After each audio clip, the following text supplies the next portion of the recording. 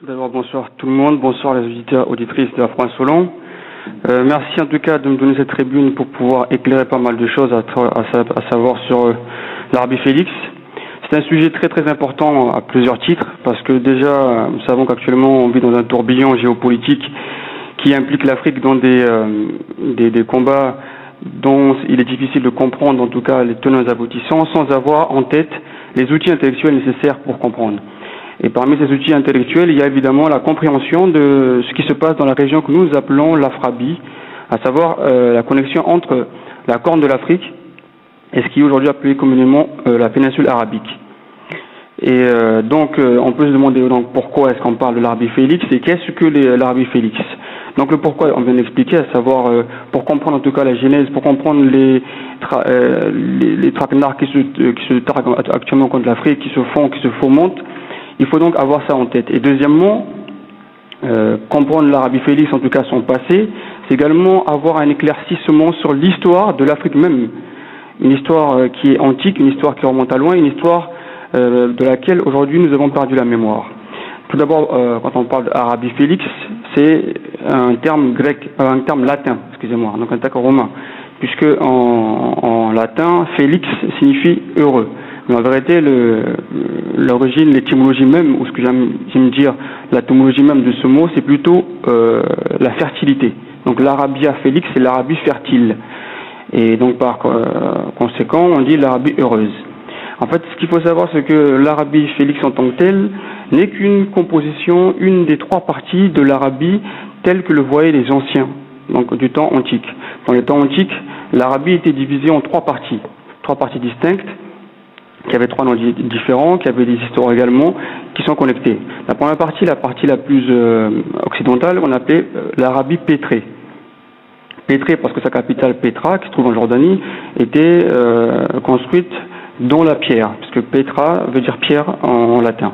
Donc l'Arabie pétrée, ce qui correspondra à peu près à ce qu'on appelle aujourd'hui la Palestine, Canaan, dans les livres bibliques, était donc la région dans laquelle, il faut savoir, sont originaires les Hanous. Les Hanous, pour ceux qui connaissent un petit peu l'histoire égyptologique, savent que ce sont ceux-là qui ont fondé la civilisation égypto-nubienne. Donc les Hanous, c'est la tribu à laquelle appartenait notamment Ozar.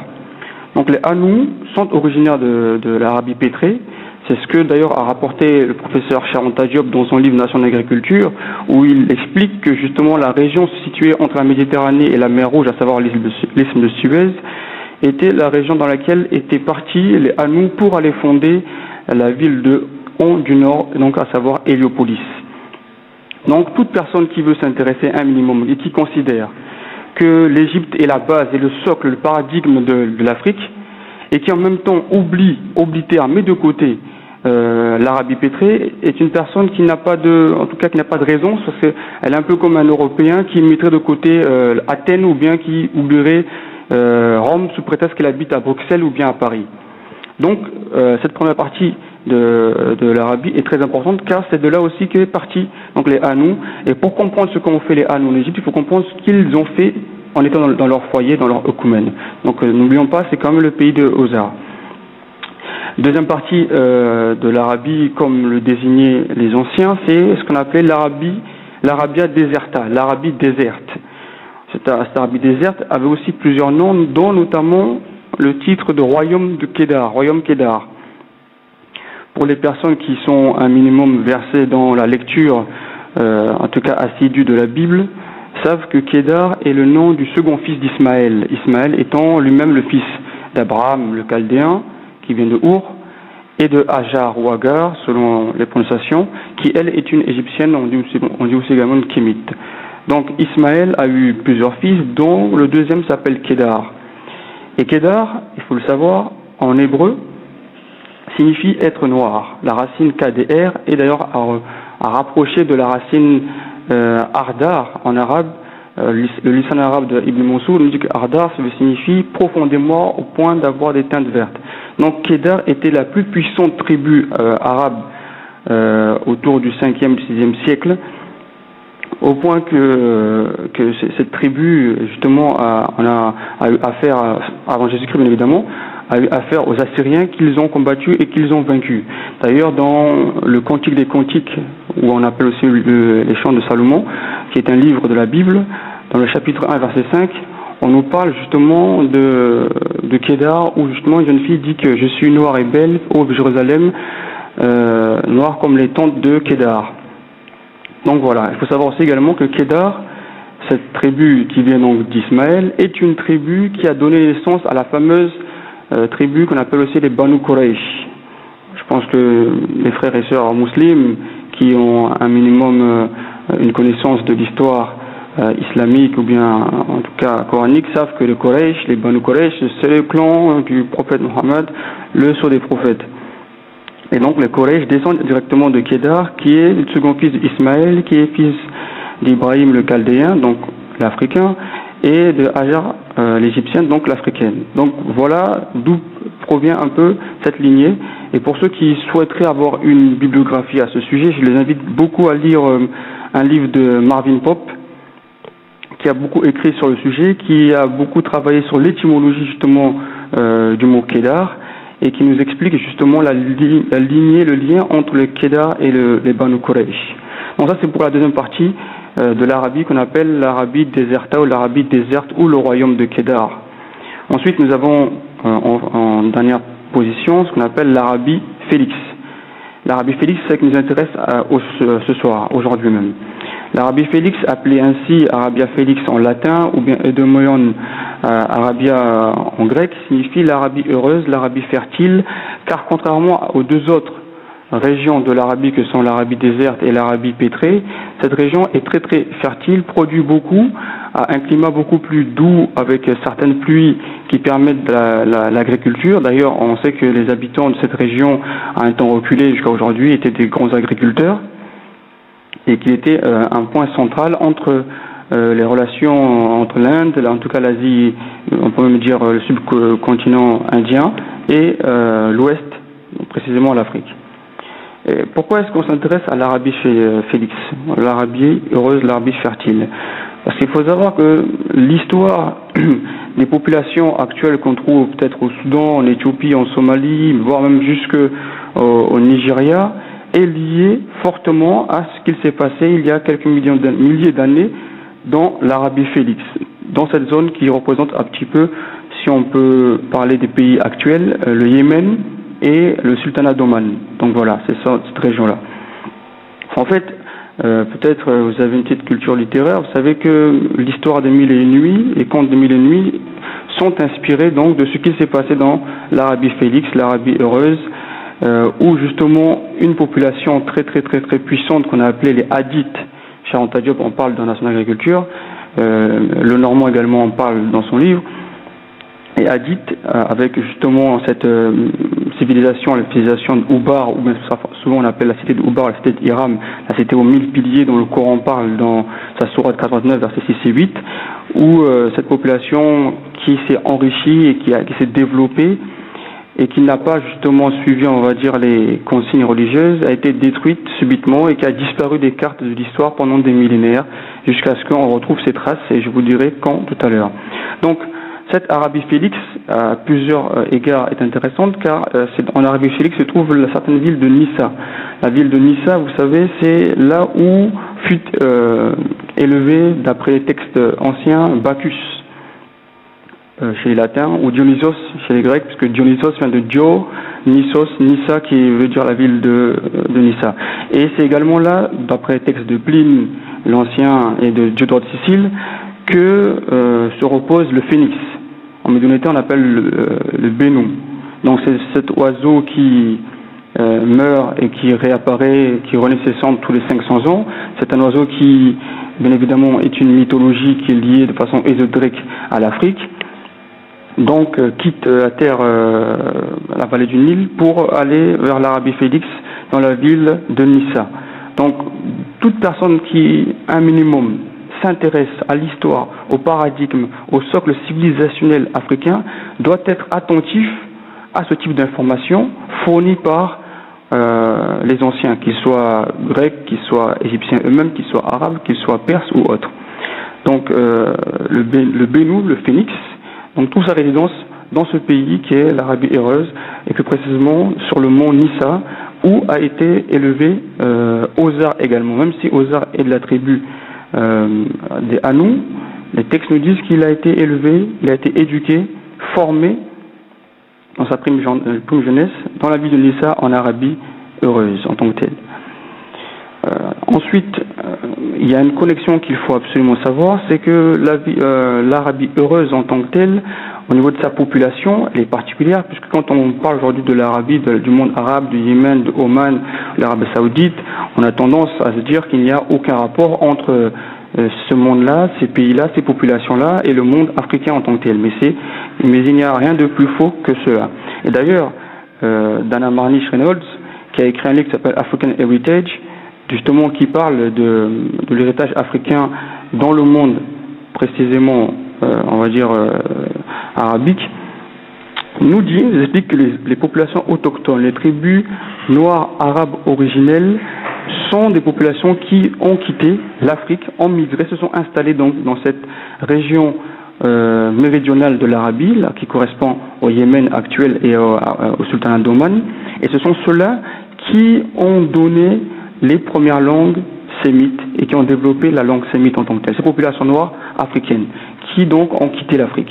D'ailleurs, dernièrement, des travaux archéologiques menés par les universités anglaises ont démontré, en tout cas par la preuve, que les populations africaines qui ont quitté l'Afrique l'ont d'abord fait en passant justement par cette région de l'Éthiopie et du Yémen. Ils ont retrouvé des traces et ils ont retrouvé des squelettes qu'on a analysés à l'ADN, dont on a déterminé les haplotypes. Vous savez, ce sont les marqueurs génétiques qui les assimilent clairement à ce qu'on appelle des Couchites, donc des Nubiens, des Soudanais.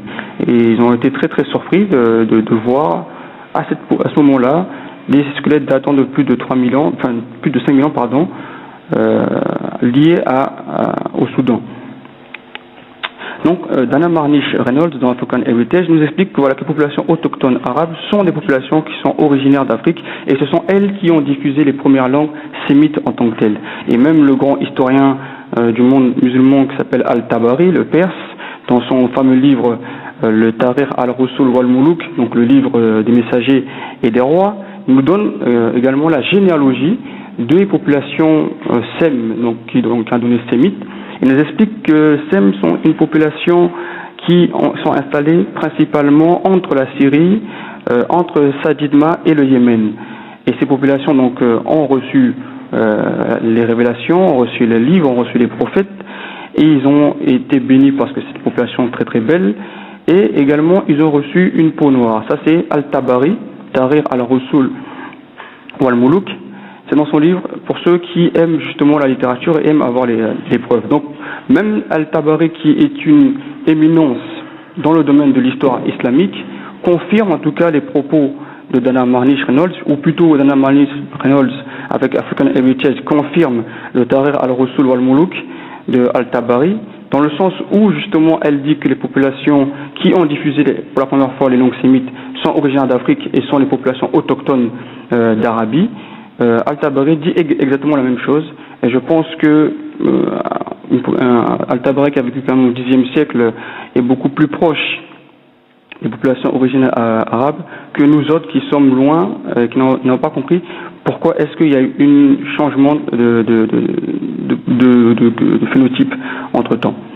Donc, oui, donc la population, bien évidemment, de l'Arabie Félix sont des populations originaires d'Afrique, mais il y a une chose qu'il faut savoir, c'est que l'Arabie Félix est également le siège de ce qu'on appelle la reine de Saba. Vous savez que la reine de Saba, c'est celle dont revendique aujourd'hui la dynastie salomonide, la dynastie à laquelle appartient Haïlé Sélassié, qui est en tout cas une figure de proue dans le rastafarisme, qui est une figure de proue également dans l'histoire de l'Éthiopie, puisqu'il faut savoir que l'Éthiopie est le seul pays d'Afrique qui n'a jamais été colonisé, qui est resté sans colonisation étrangère, qu'elle soit européenne ou autre, pendant plusieurs millénaires. Et donc c'est le pays dans lequel appartenait la reine de Saba, parce qu'il faut savoir que le royaume de Saba était un royaume qui était à la fois sur le flanc est et le flanc ouest, donc qui était à la fois au Yémen et dans ce qu'on appelle l'actuelle Éthiopie, voire Somalie.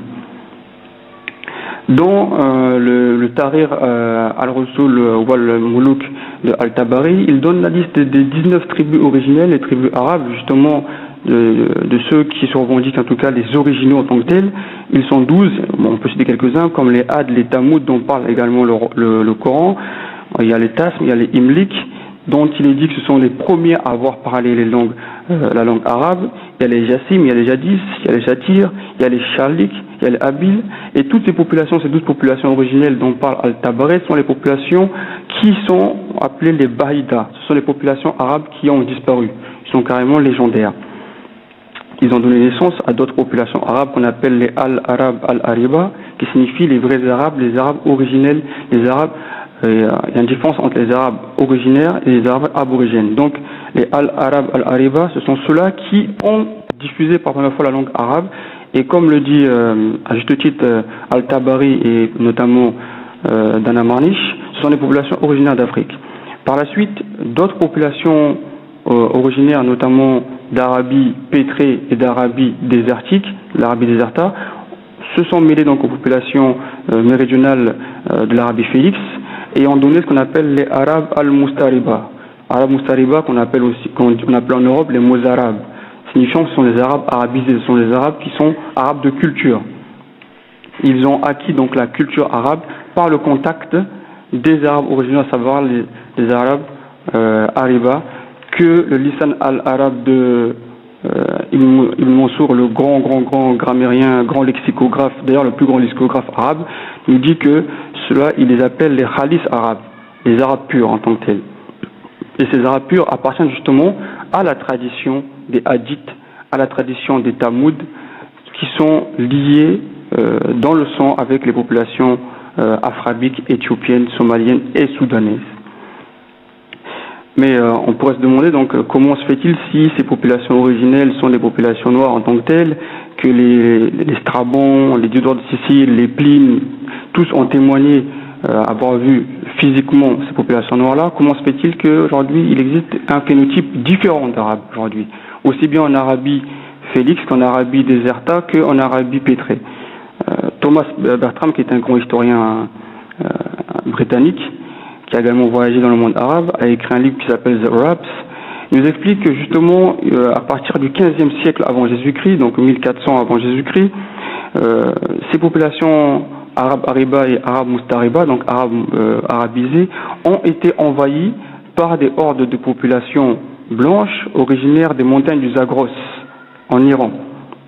Et ces populations blanches, parmi ces populations blanches, il y a justement ce qu'on appelle les Kassites. Et ce sont donc ces Kassites qui ont commencé justement à s'installer, qui ont subjugué militairement, physiquement ces populations originelles, les ont dominées, mais ont adopté leur culture puisqu'ils étaient beaucoup plus avancés en termes de civilisation, même s'ils ont perdu la guerre militaire en tant que telle. Et ce sont ces populations originaires des montagnes de Zagros en Iran, donc les Kassites, qui ont introduit ce nouveau phénotype dans l'Arabie Félix en tant que telle. Justement, pour ceux qui sont intéressés par une bibliographie en dehors de Thomas Bertram, il y a également le bibliothécaire de Strabon dans son livre 1, chapitre 2. Il y a pas mal d'informations à ce sujet où il explique même encore avec plus de détails que du temps antique, le terme Arabie pouvait se confondre avec le terme Éthiopie. Et que pour les anciens, pour Pline l'Ancien, comme pour Strabon, comme pour Diodore de Sicile, quand on disait Éthiopie, il y avait deux Éthiopies. Il y avait l'Éthiopie de l'Ouest et l'Éthiopie de l'Est. L'Éthiopie de l'Ouest était donc la partie que nous appelons également Éthiopie et Soudan. Et l'Éthiopie de l'Ouest est ce qu'on appelle aujourd'hui la péninsule arabique. Donc, dans les textes anciens, quand vous disiez Éthiopie, il ne faut pas non directement penser ou uniquement penser au Soudan, mais penser à toute cette région qui va donc du Nil jusqu'au Golfe Persique en tant que tel. D'ailleurs, dans un de ses livres, un des historiens du monde islamique du nom de Ibn al-Mujawir, dans son livre Tahrir al-Mustabsir, nous dit que dans le sud de Tiama, donc c'est une ville dans le sud du Yémen, donc au sud de la Mecque, pardon, cette région de l'Arabie Félix est appelée Kouch. Pour ceux qui sont quand même un peu attentifs à l'histoire, ils savent que le terme Kouch est un terme qui désigne les populations originelles, les populations noires en tant que telles. Il y a également le livre de notre vénérée sœur Drusilla Houston, Wonderful Ethiopians of Ancient Kushite Empire, qui également dresse un tableau, je pense, un des tableaux les plus importants, les plus complets, justement de l'histoire de ces populations sémites noires originaires d'Afrique qui ont migré dans le sud de l'Arabie jusqu'à aller jusque dans l'Euphrate. Et dans son Wonderful Ethiopians of Ancient Kushite Empire, donc elle nous explique que dans les textes indiens, parce qu'il faut aussi utiliser plusieurs sources et pas simplement se restreindre aux seules sources africaines ou bien aux seules sources grecques ou arabes, mais dans les sources indiennes, notamment dans le Puranas, qui est un livre sacré, vous savez, des Indiens, des hindous, le monde est divisé en 7 régions, et la région justement d'Arabie est appelée le Kusha Dwipa. Kusha Dwipa, donc la région du Kush. Donc pour les Indiens, l'Arabie était appelée le pays de Kush en tant que tel. Il y avait d'autres textes plus tard, donc tardifs que le Puranas, ont donc même parlé de 2 Kusha Dwipa.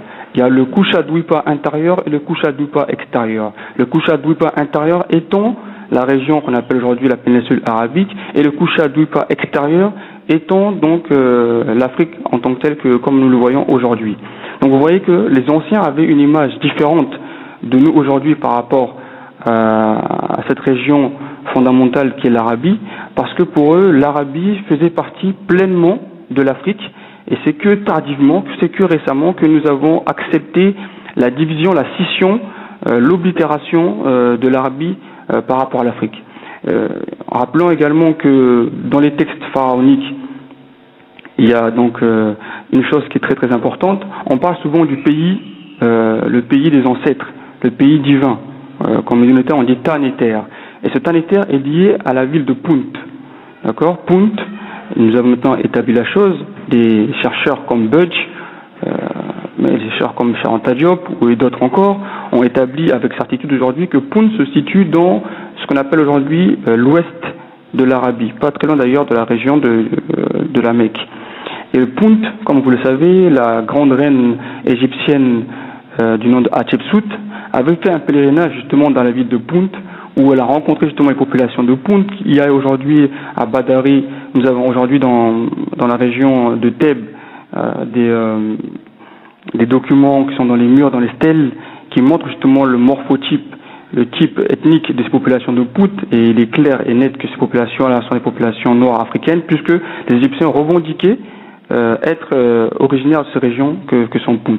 Et Punt, justement, c'est l'Arabie. Donc on en revient toujours à la même question, à savoir que si nous souhaitons véritablement connaître notre vraie histoire, notre histoire complète et non pas simplement oblitérée, il faut impérativement prendre en considération ces éléments qui ont été oubliés ou bien qui ont été déformés à bon escient pour certaines personnes, pour des raisons particulières, comme ça a pu être le cas par rapport à l'Égypte, qui a été donc européanisée alors que c'était un élément de l'histoire africaine.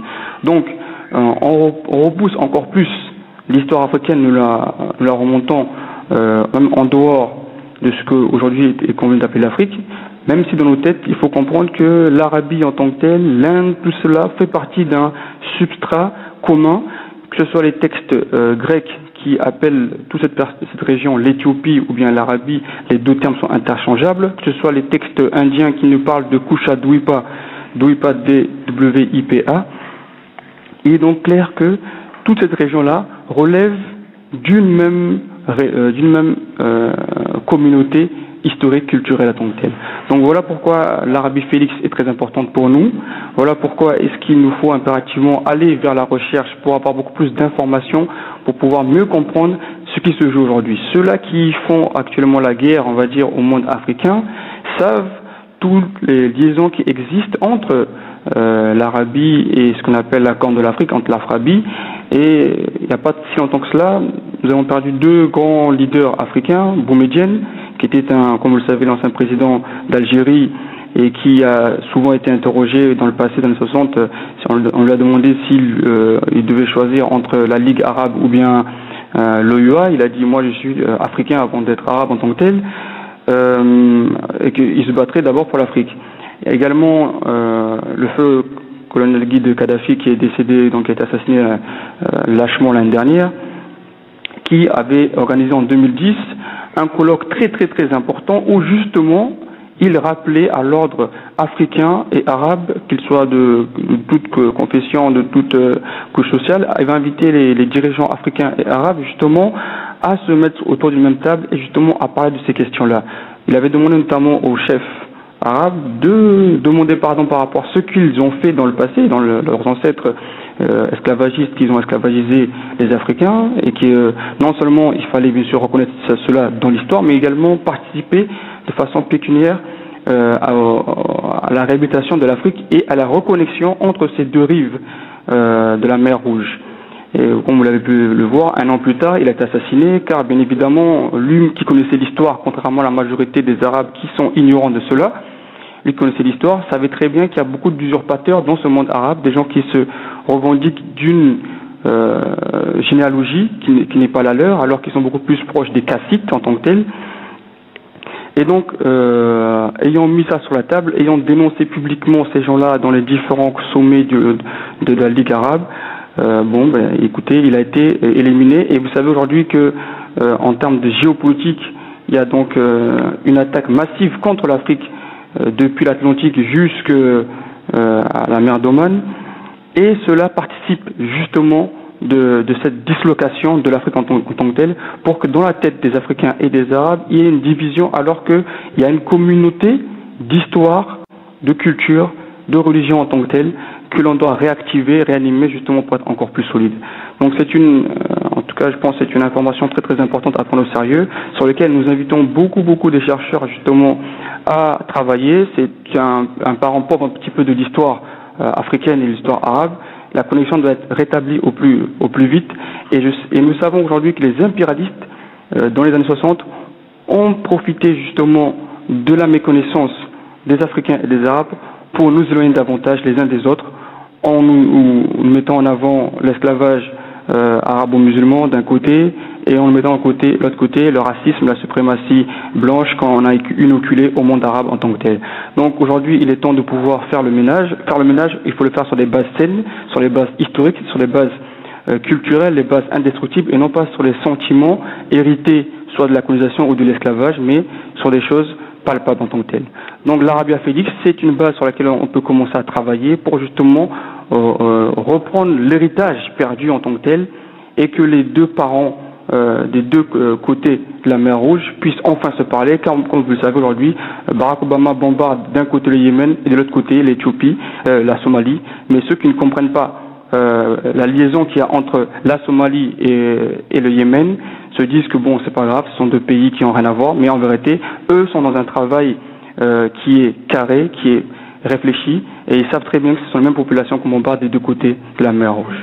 Donc je vous remercie d'avoir écouté avec attention cet exposé. J'aurais préféré faire un peu plus, mais en tout cas c'est une entrée en matière qui permettra à beaucoup, j'espère, de pouvoir poursuivre dans la recherche. Je vous remercie, très bonne soirée, à fond insolent, à bientôt.